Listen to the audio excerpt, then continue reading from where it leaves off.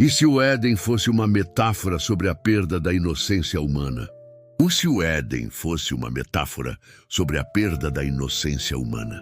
E se a história de Adão e Eva não falasse apenas sobre um erro, mas sobre o início da nossa consciência?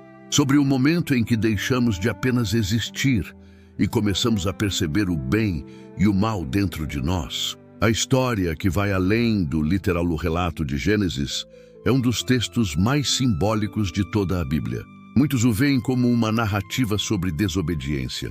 Mas e se ele também fosse um espelho da alma humana?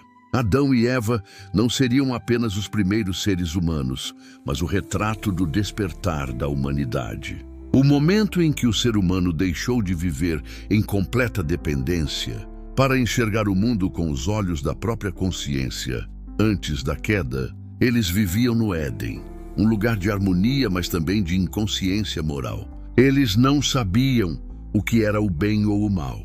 Viviam como crianças em um estado de pureza, de inocência. Mas quando comeram do fruto, algo dentro deles mudou. Não apenas foram expulsos de um jardim físico, mas acordaram para um novo tipo de existência. O fruto e o despertar. Em Gênesis 2:17, Deus diz: "Mas da árvore do conhecimento do bem e do mal, dela não comerás. Porque no dia em que dela comeres, certamente morrerás."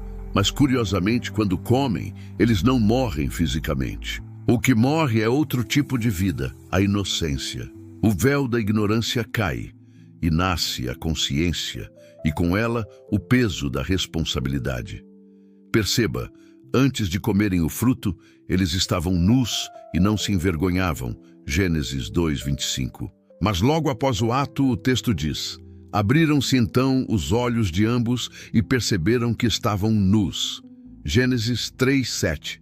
Ou seja, o fruto não deu a eles apenas conhecimento, deu autoconsciência.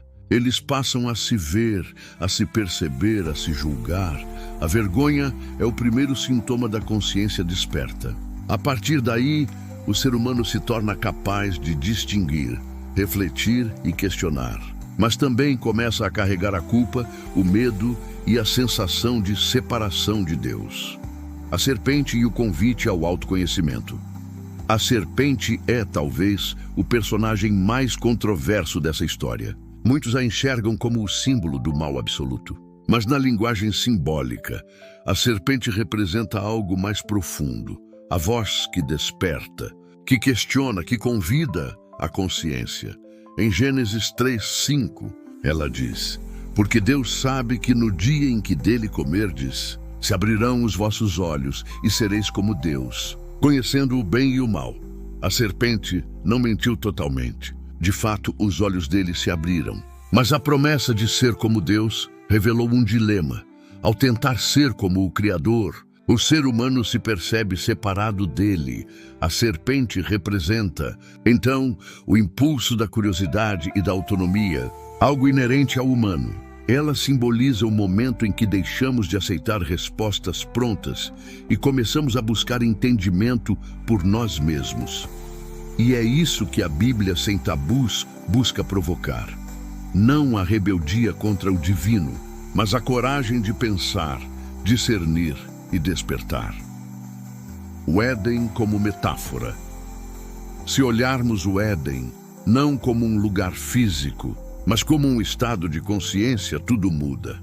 O Éden é o espaço da inocência. É o antes da consciência moral, onde não existe conflito interno. Mas o despertar, simbolizado pela queda, marca o início da jornada humana rumo à maturidade espiritual. Ser expulso do Éden é ser lançado à vida, à realidade, à dor, à escolha. É como nascer. O útero espiritual se rompe e o ser humano se vê diante de um mundo que exige decisões, ética e consciência. No Éden não havia sofrimento porque não havia contraste. Mas sem contraste também não há crescimento. Deus não queria robôs no paraíso. Queria filhos capazes de amar conscientemente. E amor consciente só existe onde há liberdade. E liberdade só existe onde há escolha. O pecado como símbolo do amadurecimento. O pecado original não é apenas um ato de desobediência, é o início da história humana como seres morais. A partir desse momento, o ser humano se torna responsável por suas ações. Começa a carregar a tensão entre instinto e razão, desejo e culpa, carne e espírito. Romanos 5,12 diz: por um só homem entrou o pecado no mundo, e pelo pecado a morte. Mas Paulo também diz em Romanos 5,18: assim como uma só transgressão resultou na condenação de todos os homens, assim também um só ato de justiça trouxe a justificação que dá vida a todos. Ou seja, a queda abre caminho para a redenção. Sem consciência do erro, não existe arrependimento. Sem queda não há cruz. E sem cruz, não há reconciliação. A história de Adão e Eva é o prólogo da história da graça. A consciência, bênção e fardo. O despertar da consciência é, ao mesmo tempo, libertador e doloroso. Adão e Eva passam a compreender o que é o mal, mas também percebem que ele habita dentro deles. O mundo externo se torna reflexo do conflito interno. Quando Deus os chama no jardim e pergunta: onde estás? Gênesis 3:9. Não é porque Deus não sabia onde estavam. É uma pergunta espiritual. É o primeiro chamado à consciência. Adão, onde estás? Significa: onde está sua mente? Onde está seu coração agora que você se afastou da inocência? Essa pergunta ecoa até hoje em cada um de nós. Toda vez que nos perdemos de quem somos, Deus nos pergunta: onde estás? A perda do Éden e o início da busca. Quando Adão e Eva são expulsos do jardim, o texto diz que Deus coloca querubins e uma espada flamejante para guardar o caminho da árvore da vida. Gênesis 3:24. Isso significa que o retorno ao Éden, à plena comunhão, não é mais simples. Ele exige transformação interior. O caminho agora é espiritual. O ser humano não pode voltar ao Éden da inocência, mas pode caminhar rumo ao Éden da consciência redimida. E essa jornada é a essência da fé. Cristo, o segundo Adão, reabre o caminho à árvore da vida. Apocalipse 2:7. Enquanto o primeiro Adão desperta a consciência através do conhecimento, o segundo Adão desperta o espírito através do amor, a metáfora universal. A história de Adão e Eva é a história de todos nós. Cada um de nós já comeu do fruto em algum momento, quando escolheu saber, questionar, decidir e, assim como eles, todos fomos expulsos de nossos próprios Édens, da infância, da inocência, das certezas simples. Mas é nessa expulsão que começa o verdadeiro aprendizado. A consciência é o dom que nos permite errar e também nos permite crescer. O Éden perdido é o símbolo do que buscamos reencontrar dentro de nós. A harmonia com Deus, agora não mais por ignorância, mas por escolha. Conclusão: o despertar continua. O despertar de Adão e Eva não foi o fim da história, mas o começo da jornada humana. Foi o momento em que o homem deixou de ser criatura inconsciente e passou a ser um espírito em processo de retorno. O Éden é o ponto de partida.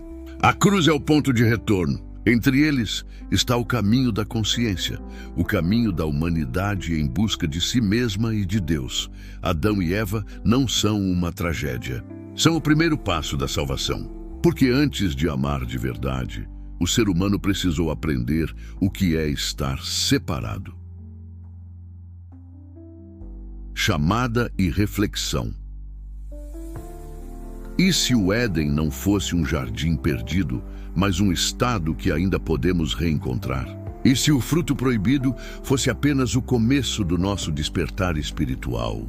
A história de Adão e Eva não fala sobre o castigo de Deus, fala sobre o propósito do homem.